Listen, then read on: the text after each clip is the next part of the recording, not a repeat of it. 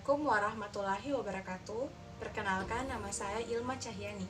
Saya perwakilan dari kelompok 6. Di sini saya akan menjelaskan tentang asuhan pada bayi usia 2-6 minggu.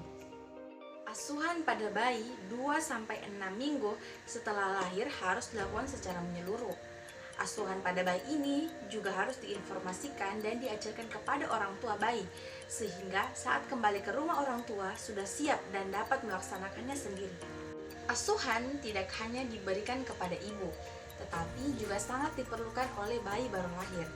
Walaupun sebagian besar proses persalinan terfokus pada ibu, tetapi karena proses tersebut merupakan pengeluaran hasil kehamilan atau bayi, maka penata laksanaan persalinan baru dapat dikatakan berhasil apabila selain ibunya, bayi yang dilahirkan juga berada dalam kondisi yang optimal, memberikan asuhan segera, aman dan bersih untuk bayi baru lahir, merupakan bagian esensial asuhan bayi baru lahir.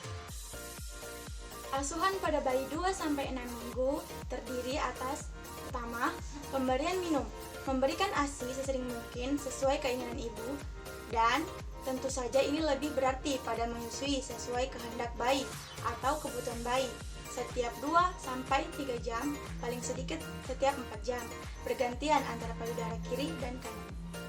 Kedua, menolong buang air besar pada bayi. Fases bayi di 2 hari pertama setelah persalinan biasanya berbentuk seperti aspal lembek. Zat buangan ini berasal dari pencernaan bayi yang dibawa dari kandungan. Setelah itu, fases bayi yang diberi ASI eksklusif biasanya berbentuk berbiji dan bisa juga seperti mencret atau mencair. Sedangkan fases bayi yang diberi susu formula berbentuk padat, bergumpal-gumpal atau agak liat dan bulat. Makanya bayi yang mengonsumsi susu formula kadang suka bebelan atau susah buang air besar, sedangkan yang mendapat ASI tidak. Ketiga, menolong buang air kecil. Bayi baru lahir cenderung sering BAK 7-10 kali sehari.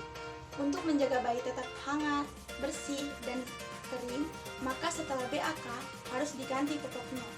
Bayi mulai memiliki fungsi ginjal yang sempurna selama 2 tahun pertama kehidupannya. 4. Kebutuhan istirahat. Dalam 2 minggu pertama setelah lahir, bayi normalnya sering tidur. Pola tidur bayi masih belum teratur karena jam biologis yang belum matang.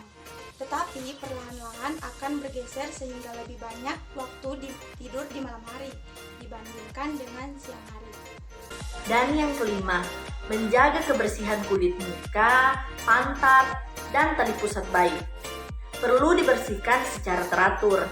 Mandi seluruh tubuh setiap hari dan mencuci tangan sebelum dan sesudah memegang bayi. Dan yang keenam, menjaga keamanan bayi.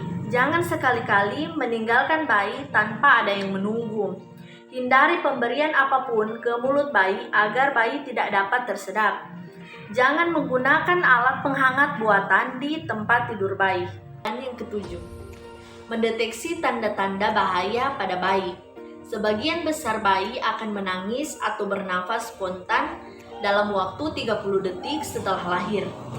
Bila bayi tersebut menangis atau bernafas, terlihat dari pergerakan dada paling sedikit 30 kali per menit.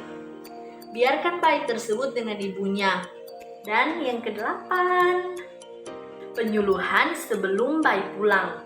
Yang pertama itu perawatan tali pusat, dan yang kedua pemberian ASI, dan yang ketiga jaga kehangatan bayi, dan yang keempat tanda-tanda bahaya, dan yang kelima imunisasi, dan yang keenam perawatan harian atau rutin, dan yang ketujuh pencegah infeksi dan kecelakaan.